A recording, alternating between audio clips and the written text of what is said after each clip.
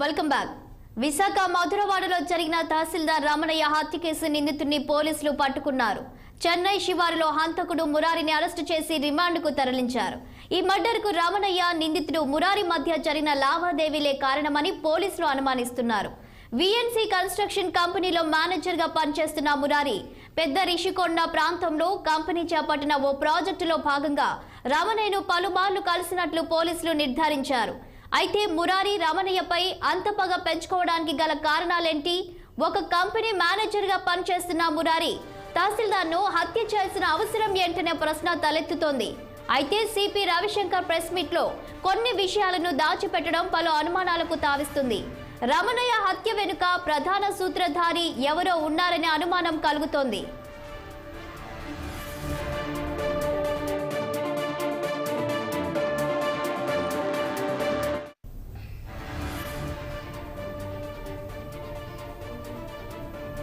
ఇక నిందితుడు మురారి గురించి పోలీసుల విచారణలో సంచలన నిజాలు వెలుగులోకి వస్తున్నాయి.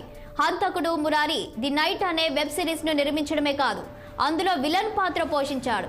ఆ వెబ్ సిరీస్ లో ఓ అమ్మాయిని రాడ్డుతో తలపై బాది హత్య మార్చినట్లే నిజ జీవితంలోనూ తహసీల్దార్ రామయ్యను అలాగే హత్య చేశాడు. మురారి వెండితెరపై ఇష్టంతో వెబ్ సిరీస్ ను నిర్మించాడు. ఈ వెబ్ సిరీస్ చిత్రీకరించడానికి సుమారు 40 లక్షల రూపాయలకు పైగా అప్పులు చేసినట్లు తెలుస్తోంది. అంతేకాదు, మొదట్లో వెబ్ సిరీస్ డైరెక్టర్ కు డబ్బులు ఇవ్వకపోవడంతో అతను వెళ్లిపోయాడు. దాంతో ఆ వెబ్ సిరీస్ డైరెక్షన్ బాధ్యతలను కూడా మురారి తీసుకున్నాడు. అప్పులు ఎక్కువ కావడంతో ఇతర నిర్మాతలతో వెబ్ సిరీస్ కంప్లీట్ చేశాడు. అయితే ఓటీటీలో హింస ఎక్కువ ఉన్న కారణంగా the night web series release కు ఇబ్బందులు ఎదురయ్యాయి. అయితే అప్పుల నుండి బయటపడేందుకు నిర్మాతలకు తెలియకుండా వెబ్ సిరీస్ అమ్మేందుకు ప్లాన్ చేశాడు మురారి. దీనిపై సదరు నిర్మాతలు ఫిర్యాదు చేశారు. ఈ వ్యవహారంలోనే హైదరాబాద్ లో 1.80 కోట్ల మోసానికి పాల్పడినట్లు పోలీసులు కేసు నమోదు చేశారు.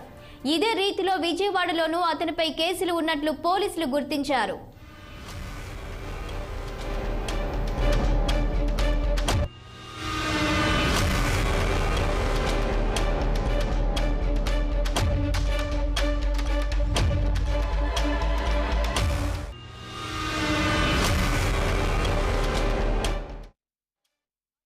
రెవెన్యూ పరిధిలోని పెద్ద ఋషికొండలో నిర్మించిన ఒక అపార్ట్మెంట్లోని ప్లాట్లకు సంబంధించి కన్వేయన్స్ డీడ్ల జారీ అంశమే తహసీల్దార్ రామయ్య హత్యకు కారణమనే వాదన బలంగా వినిపిస్తుంది. ఈ దిశగా పోలీసులు దర్యాప్తు చేస్తున్నట్టు తెలుస్తోంది. చివరకు రెవెన్యూ అధికారులు సైతం ఇదే కారణమని నిర్ధారణకు వచ్చారు. మధురవాడ రెవెన్యూ సర్వే నెంబర్ 381లో 5 ఎకరాల భూమిని ప్రభుత్వం గతంలో కొంతమందికి కేటాయించింది. పట్టా తీసుకున్న యజమానులు ఈ భూమిని ఇతరులకు విక్రయించారు. దీనికి జిల్లా యంత్రాంగం నిరభ్యంతర పత్రాన్ని కూడా జారీ చేసింది. తరువాత ఆ భూమిలోని కొంత భాగంలో భారీ అపార్ట్మెంట్ నిర్మాణానికి జీవీఎంసీకి దరఖాస్తు చేసుకోగా ప్లాన్ జారీ చేసింది. 13 బ్లాక్లు 8 అంతస్తుల్లో 100కు పైగా ప్లాట్లు నిర్మించారు. అయితే ఇందులో కొంత ప్రభుత్వ భూమి ఉందని కొందరు వ్యక్తులు జిల్లా రెవెన్యూ అధికారులకు ఫిర్యాదు చేశారు. ఈ నేపథ్యంలో జిల్లా యంత్రాంగం ఆ సర్వే నెంబర్ను 22A జాబితాలో చేర్చింది. దీనివల్ల ఫ్లాట్లు కొనుగోలు చేసిన వారు కోర్టును ఆశ్రయించారు.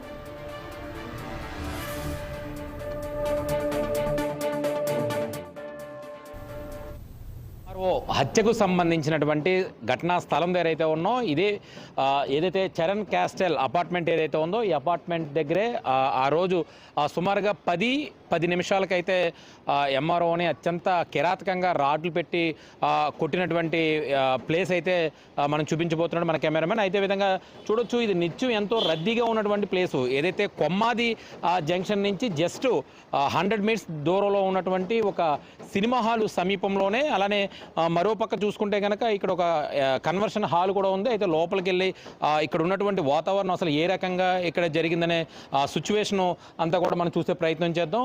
చూడొచ్చు అసలు ఆ రోజు ఎంఆర్ఓ గారు మాట్లాడినటువంటి సీసీ ఫుటేజ్ అంతా కూడా ప్రస్తుతం మన కెమెరామెన్ చూపిస్తున్నాడు. కెమెరా 2లో ఏదైతే ఇప్పుడు మన కెమెరామెన్ చూపిస్తున్నాడో కెమెరామెన్ 2లోనే ఈ యొక్క విజువల్ అంతా కూడా రికార్డ్ అయినటువంటి సిచ్యువేషన్ కనబడుతుంది. ఆయన ఇదే ప్రాంతం నుంచి ఈ అపార్ట్మెంట్లో ఇప్పుడు మన కెమెరామెన్ చూపిస్తున్నటువంటి అపార్ట్మెంట్ ఏదైతే ఉందో ఈ అపార్ట్మెంట్లోనే 5th ఫ్లోర్లో 506 5th ఫ్లోర్ మనం చూడొచ్చు. సుమారుగా ఈ బిల్డింగ్కి సంబంధించి సుమారుగా 5-6 ఫ్లోర్లు ఉన్నట్టయితే మనకి చాలా క్లియర్గా కనబడుతుంది. ఈ 5 ఫ్లోర్లకు సంబంధించిన దాంట్లో 506లో అయితే ఎంఆర్ఓ గారు ఉండడం జరుగుతుంది. 506లో ఉన్నటువంటి ఎంఆర్ఓకి ప్రస్తుతం ఒక ఫోన్ కాల్, ఆ రోజు ఉన్నటువంటి సందర్భంలో ఒక ఫోన్ కాల్ రావడంతో ఆయన పైనుంచి కిందకి రావడం జరిగింది. అదే సందర్భంలో ఆయన ఇక్కడికి ఆ వచ్చినటువంటి వ్యక్తులతో ఫస్ట్ అయితే 2 వ్యక్తులతో మాట్లాడినటువంటి అవకాశం అయితే ఉంది. ఆ 2 వ్యక్తులు కూడా పంచి కట్టుకొని వచ్చి మాట్లాడి ఎంఆర్ఓ గారితో అయిన తర్వాత ఎంఆర్ఓ లోపలికి వెళ్తున్న సందర్భంలో ఇక్కడ మనం చూడొచ్చు సీసీ ఫుటేజ్లోంచి ఈ ప్లేస్ ఏదైతే ఉందో ఈ ప్లేస్లో ఆయన నక్కి చూస్తున్నటువంటి వాతావరణం కూడా చూడొచ్చు. మన విజువల్లో సీసీ ఫుటేజ్లో కూడా మనం చాలా స్పష్టంగా చూపిస్తాం. ఆ సీసీ కెమెరాకి సంబంధించిన విజువల్లో వాళ్ళిద్దరితో మాట్లాడుతున్నటువంటి సందర్భం తర్వాత ఎవరైతే గంగారాం ఎవరైతే ఉన్నారో ఆ వెళ్ళినటువంటి 2 వ్యక్తులు బయటికి వెళ్ళిన తర్వాత ఇక్కడి నుంచి ఆ ఎంఆర్ఓని పూర్తి స్థాయిలో గమనిస్తున్నటువంటి పరిస్థితి అయితే ఉంది. ఈ విషయాన్ని అయితే ఎంఆర్ఓ గమనించి ఉండకపోవచ్చేమో అని అనుకోవచ్చు. వాళ్ళిద్దరూ బయటకు వచ్చిన అనంతరం కూడా ఈ గంగారాం అనే వ్యక్తి ఎవరైతే ఎంఆర్ఓ ఇక్కడ నించుని ఉన్నటువంటి అంటే వెళ్తున్నటువంటి వ్యక్తి ఎవరైతే ఉన్నారో ఆ వ్యక్తిని కలిసి ప్రయత్నం చేశారని కూడా మనకు చాలా స్పష్టంగా విజువల్ అయితే కనిపిస్తుంది. అయితే అదే రోజు మన స్పాట్ కూడా చూడొచ్చు, చాలా క్లియర్గా మన కెమెరామెన్ అయితే చూపిస్తున్నాడు. ఇదే స్పాట్లో చాలా విచక్షణ రహితంగా తన తీసుకొచ్చినటువంటి రాడ్ ఏదైతే ఉందో ఆ రాడ్తో సుమారుగా 10-15 పైన అటాక్ చేసి ఆ రాడ్తో ఆ వెపన్తో ఆయన చాలా గాయాలు పాలు చేసినటువంటి పరిస్థితి కనబడుతుంది. ప్రస్తుతం ఈ బ్లడ్ మరకలన్నీ కూడా చాలా క్లోజప్లో మన కెమెరామెన్ అయితే చూపిస్తున్నాడు. ఇవన్నీ కూడా ప్రస్తుతం ఈ ప్లేస్లో నాకు చూపించండి ఒకసారి. ఈ ప్లేస్లో ఉన్నంతసేపు ఆ కెమెరాలో అయితే ఆ రికార్డ్ అయినటువంటి పరిస్థితి అంతా కనిపించింది. ఇది కెమెరా 2. సుమారుగా అపార్ట్మెంట్ మొత్తం అన్ని కూడా గ్రౌండ్ ఫ్లోర్ అన్ని కూడా చాలా వరకు నిఘా నేత్రాలతో చాలా సెక్యూరిటీ అయితే ఏర్పాటు చేయడం జరిగింది. ఆ కెమెరాలకు సంబంధించినటువంటి దీంట్లోనే ఎంఆర్ఓ గారు ఇక్కడ నుండి మాట్లాడుతున్న సందర్భంలో ఎవరైతే గంగారాం ఎవరైతే ఉన్నారో గంగారాం వ్యక్తి బయట నుంచి వచ్చి ఇదే స్పాట్లో ఆయన్ని మాట్లాడుతున్నటువంటి సిచ్యువేషన్లో అటాక్ చేసి కొట్టి చంపేటువంటి పరిస్థితి అయితే చేశారు.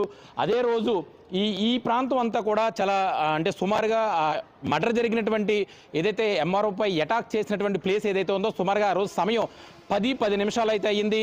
ఈ గ్రౌండ్ ఫ్లోర్ అంతా కూడా పూర్తి పార్కింగ్ అంటే చాలా ఖాళీ ప్లేస్ అయితే ఉంది. మనం చూడొచ్చు విజువల్లో ఈ ప్లేస్ అంతా కూడా పూర్తిగా ఖాళీగా ఉండడంతో ఎవరు లేకపోవడంతోనే ఎంఆర్ఓపై ఆ అటాక్ జరిగిందని అయితే చెప్పుకోవచ్చు. దానికి సంబంధించినటువంటి సెక్యూరిటీ సిబ్బంది కూడా ఇదే ప్లేస్లో అయితే తను ఉండే అవకాశం ఉంది.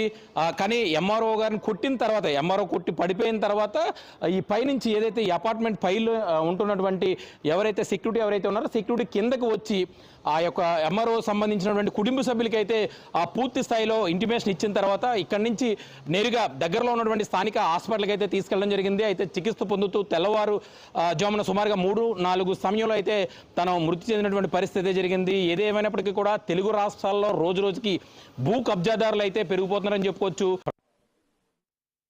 ప్రభుత్వ నిబంధనల మేరకు క్రమబద్ధీకరణ చేసుకోవాలని కోర్టు ఆదేశించింది. ఇళ్ల క్రమబద్ధీకరణకు 2017 జూలై 24న ప్రభుత్వం 388 జీవో ఇచ్చింది. ఫ్లాట్ యజమానులు సొమ్ము చెల్లించడంతో పట్టాలు జారీ చేశారు. 2 ఏళ్ల తర్వాత కన్వేయన్స్ డీడ్లు జారీ చేస్తామని అప్పట్లో ప్రభుత్వం పేర్కొంది. ఈలోగా ఎన్నికలు జరగడం, ప్రభుత్వం మారడంతో కన్వేయన్స్ డీడ్ల జారీ ప్రక్రియ నిలిచిపోయింది. గత ఏడాది వైసీపీ నాయకుల ఒత్తిడితో కన్వేయన్స్ డీడ్లు జారీ ప్రక్రియ తిరిగి ప్రారంభమైంది. ఈ నేపథ్యంలో సర్వే నెంబర్ 381లో నిర్మించిన అపార్ట్మెంట్లో మొత్తం ఫ్లాట్ల యజమానుల్లో 93 మందికి కన్వేయన్స్ డీడ్లు ఇచ్చేశారు. మిగిలిన వారిలో 5 విదేశాల్లో ఉండగా మరో 3 చనిపోయారు. ఈ 8 ఫ్లాట్లకు సంబంధించి మురా సుబ్రహ్మణ్యం గంగారాం అలియాస్ గంగాధర్ పేరిట కన్వేయన్స్ డీడ్లు జారీ చేయాలని కోరుతూ వారి వారసులు రూరల్ తహసీల్దార్ను కోరారు. దీనికోసం గంగాధర్ కార్యాలయం చుట్టూ తిరుగుతున్నట్టు పోలీసుల దర్యాప్తులో వెల్లడైంది. ఆ పని పెండింగ్లోనే ఉండగా 4 రోజుల క్రితం తహసీల్దార్ రమణయ్య బదిలీ జరిగింది. ఈ క్రమంలోనే శుక్రవారం రాత్రి రమణయ్య ఇంటి వద్ద వాగ్వాదానికి దిగడాన్ని చివరకు దాడి చేసి హత్య చేసినట్లు తెలుస్తుంది. అయితే మురారికి తహసీల్దార్ను హత్య చేసేంత అవసరం లేదని, దీని వెనుక ఎవరో ఉన్నారనే అనుమానాలు కలుగుతున్నాయి. అయితే పోలీసులు విచారణ ఇంకా పూర్తి కానందున ఈ కేసులో మరిన్ని విషయాలు తెలిసే అవకాశం కనిపిస్తుంది. కానీ పోలీసులు విచారణ ఎలా చేస్తారోనని తహసీల్దార్ కుటుంబ సభ్యులు సందేహం వ్యక్తం చేస్తున్నారు.